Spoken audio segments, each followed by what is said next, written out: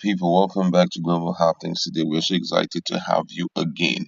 One of the things that threw Nigeria into confusion before the APC presidential aspirant primaries was when the president talked about consensus candidacy. It disturbed virtually everyone. Some say he shouldn't, some say he should. But the presidency has taken out time to tell Nigerians why President Muhammadu Buhari did not, impose any consensus candidate on Nigerians or on APC. And in another video, which I'm going to share with you, you're going to listen to what a female activist have to say about the emergence of APC presidential candidate Bola Ahmed Tinubu. Don't forget that most people believe that it was via his expertise in politics that made him to be where he is. But the big question is he fit for the office? Are Nigerians still going to pass through what they went through in the past 7 years? Are we going to celebrate at the end of the day? Is he competent enough, healthy enough to take us across the deserts into the Canaan land Nigerians have been looking for? Now, this lady has taken our time to explain what Nigerians will be experiencing in the next 8 years if power gets into the hands of the duo, talking about APC candidate and PDP candidate. But before we show you all of that, let's first of all go through this news. Now, according to the news, the presidential spokesperson Femi Adesina has disclosed reasons why President Muhammadu Buhari did not impose a consensus presidential candidate on the All Progressive Congress APC. In the build up to the party's primaries, several speculations arose that the president was planning to force a consensus candidate on the party. This were, however, put to rest with the emergence of former Lagos State Governor Bola Ahmed Tinubu as the presidential flag bearer. Additional revealed that the ruling party's special convention and presidential primary that produced Tinubu as the party's flag bearer was a litmus test for the president.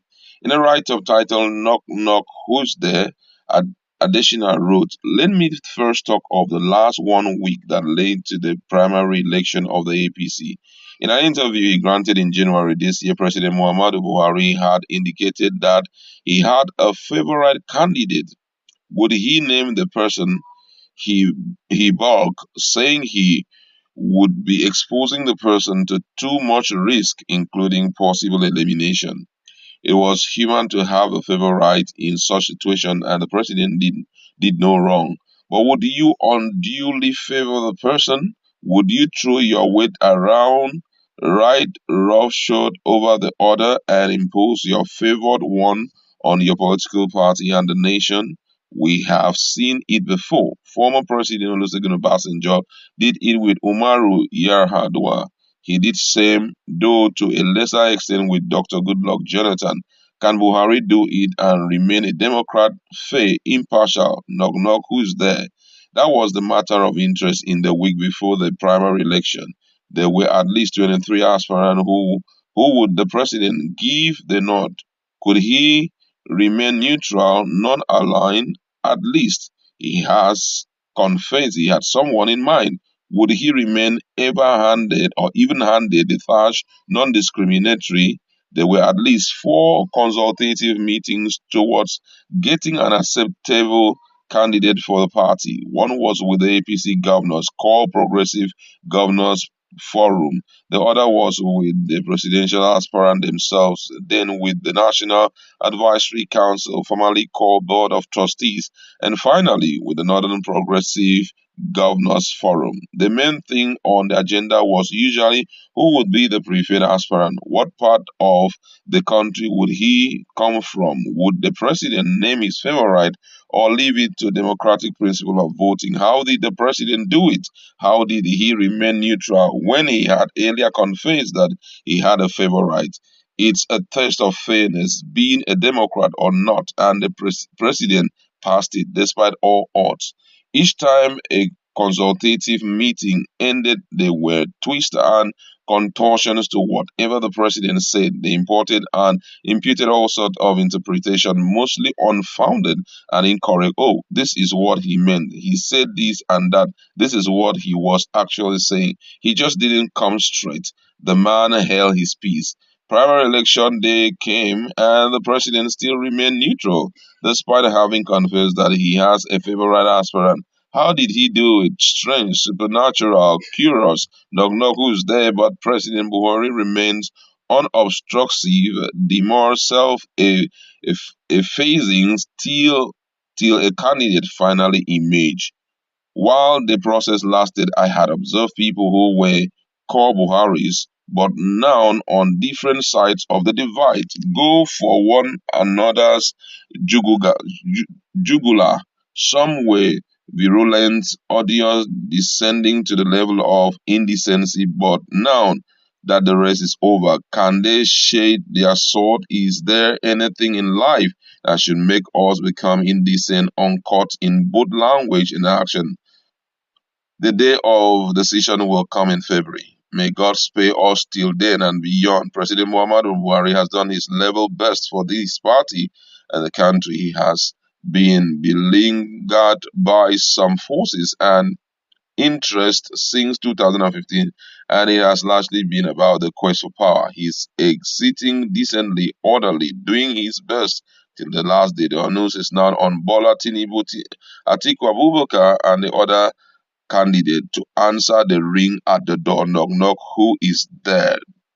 That was what the presidency have to say, talking about how the president was not ready to open up on who is his favorite. Till the last day, that question was not answered till the emergence of Bola Ahmed Tinubu. But guess what? He's the subject of discussion right now in the country, being that he has garnered so much support for himself, both from the southern part of the country to the northern part of the country. But most Nigerians are not comfortable with it. That's why I have this video to share with you for you to see the perspective that these female activists.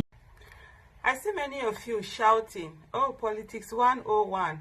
What Bola Ahmed Tinubu did. Oh, it's politics 101. That's how to do. No, it's not politics 101. It is wickedness 100. That's what it is. Somebody who knows he's not fit for the job, he's not physically and medically fit for the job, takes on the job just because he can either wrangle his way through, or there are people who over the years he has helped, and then it is now his turn. It's a sense of entitlement of his turn to now rule. And you're there gleefully laughing and, all the permutations and whatever. Your life is being wasted. It's your life and that of your children and your children unborn that are going to be wasted. All our lives. That's what it means. Let me give you an example. I'm 48 years old. I have arthritis. I mean, sickness is something, as you come with age, these are some of the things that you deal with. What I could do 8 years ago, I can't do them now. There are things that I could do when I was in my 20s very well. I can't. So just imagine for a moment that because I have certain connection, I've placed people in certain places, then I now say that, and it has always been my dream to run for the Olympics. I'll now go and put myself to run for the Olympics because I can, and then I can get my way through there. When there are people who can actually go there and bring in the gold medal, that's exactly what we're doing. And this is what Nigerians have been doing. You keep people who do not care about you. Look at Atiku.